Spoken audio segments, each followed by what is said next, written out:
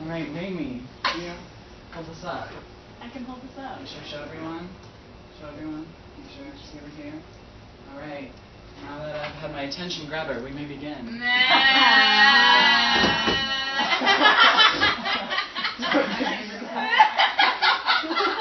That's my cue.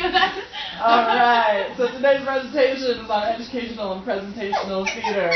We'll be doing an overview of educational theater, specifically collegiate, taking a look at the specific example of Nebraska Wesleyan University and the innovation within it. And then we'll move on to presentational theater, do an overview of that, specifically looking at Walk the Night and the innovation within that. All right. Educational theater. In the 18th and 19th century, it was mainly just recognized as an extracurricular activity. In the 20th century, we started to see some transitions into how it became noticeable in colleges that there were specific courses, but there was no generalized degrees yet. And then in the 21st century, we finally see the theater programs recognized. So our book talks about 4 different types of collegiate programs. First one is the extracurricular type theater programs that are often seen in the 18th and 19th century. So it's not a specific theater program. They're more recognized as a collaboration building, teamwork, leadership. The second type is the liberal arts education, which we have here. It's more of usually a BA in theater. It's more of a broad-based education introducing students to theater. Third type we have is a vocationally oriented undergraduate program, which is the BFA, which Wesleyan also offers. Wow. Nice. It's more of a broader education than a professional organization like AMDA or Juilliard, but it's still more intense than a BA. And then the last one is the vocationally oriented graduate theater program. So that's like an MA, an MFA, or a PhD. An MA is a 1 to 2 year program. It's a 1 to 2 year program leading up to your PhD. An MFA is more of a terminal degree. It's considered the highest degree necessary for something like acting, directing, design, arts management. And then the PhD is more for those who wish to go into theater education at a collegiate level, theater history, dramaturgy, that kind of stuff. All right, specifically, Nebraska Wesleyan University. Take a look at all the fantastic pictures while I talk about information. So, I know you all know most of this information, but Nebraska Wesleyan puts on about 47 shows a year on 200 different nights. Faculty directs 14 productions. This allows Wesleyan students to hone their specific skills in a variety of things like designing costumes, building sets, makeup, lighting, directing, even choreographing. We draw students from coast to coast, and currently we have alumni in Chicago, Seattle, New York, overseas, so I think we do a pretty good job.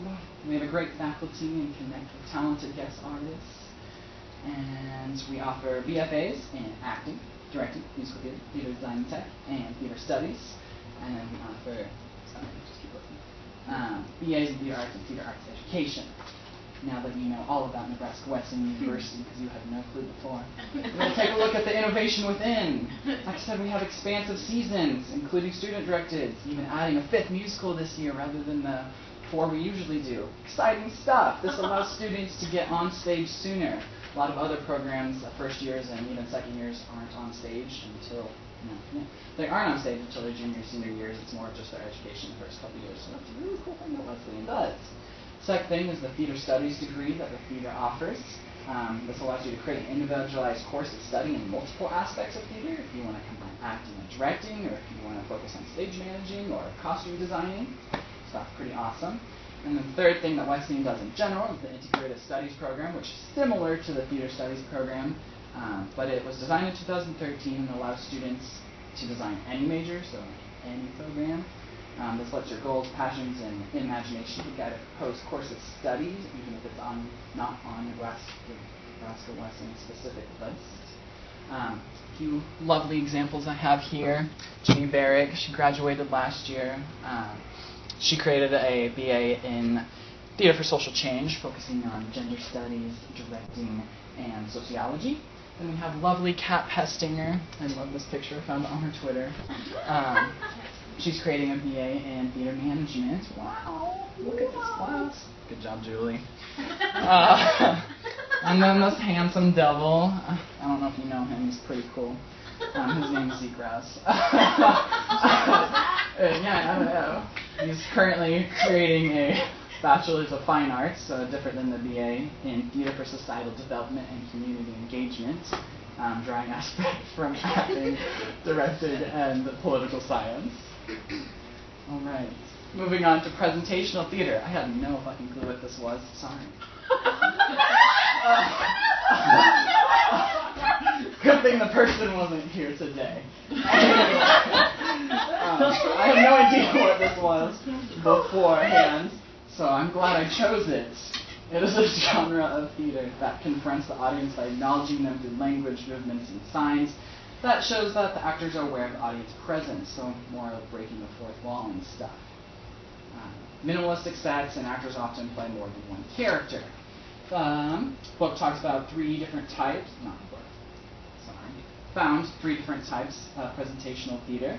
First one is epic theater, also known as political theater or theater for politics. This provides deep discussions and confronts social issues. It was created in the 1920s. These shows are often what Jack will call a social issue or problem play that he likes to avoid, but I love. Another type is theater of cruelty, like this lovely picture here. It's quite disgusting, but I love it. It's an intense experience of themes such as rape, torture, and murder to shock the audience into confronting the base elements of life. And the third type is the theater of the absurd, which is a very weird concept because there's no generalized convention that makes a show theater of the absurd. They just deal a lot more with topics of existentialism. This example, the Laramie Project. In the Laramie Project, it's just a company of usually 8 actors, but they portray over 100 roles, often portraying 2 different people in the same scene. It's often done with a bare stage, a little gate, and the projection screens. This allows visual projections to develop the mood, narrate, and suggest, and then the audience uses this to follow the structure of the story. Innovation within presentational theater, Walk the Night. I love it so much. The Blue Barn Theater in Omaha puts it on. This is their 5th year anniversary. Should all go. It's in Fontenelle Forest near Woods. It's an immersive reimagining of something Shakespeare every year. So this year it's Spirits to Enforce, so they're reimagining The Tempest. Last year it was Death Marked Love, and it was a reimagining of Romeo and Juliet's where they gender swapped and had it Roma and Julian. It was a lot of fun. You bought tickets ahead of time. They emailed you a cool link that gave like backstory, and it was creepy. You listened to it on the way up there. Julian wrote me a note. I helped wrap a bandaged arm, and I danced with some lady. So it's very interactive with the audience. It's a lot of fun. Just because I love it so much, I'm giving you some info. It's running October 4th through the 31st, Thursday, Friday, Saturday, Sunday. Tickets are $25. All right, I want you all to go. It's an amazing experience. All right. Thanks for coming to my TED Talk today. We did an overview of educational theater, specifically looking at Nebraska Wesleyan University and the innovation within it, learning that Nebraska Wesleyan trumps all. Then we moved on to presentational theater, looking at an overview of that, specifically the Laramie Project and then the innovation within Walk the Night, learning that you all need to go see it. Awesome. These are nice citations. Enjoy my little cartoon. Awesome. Thank you.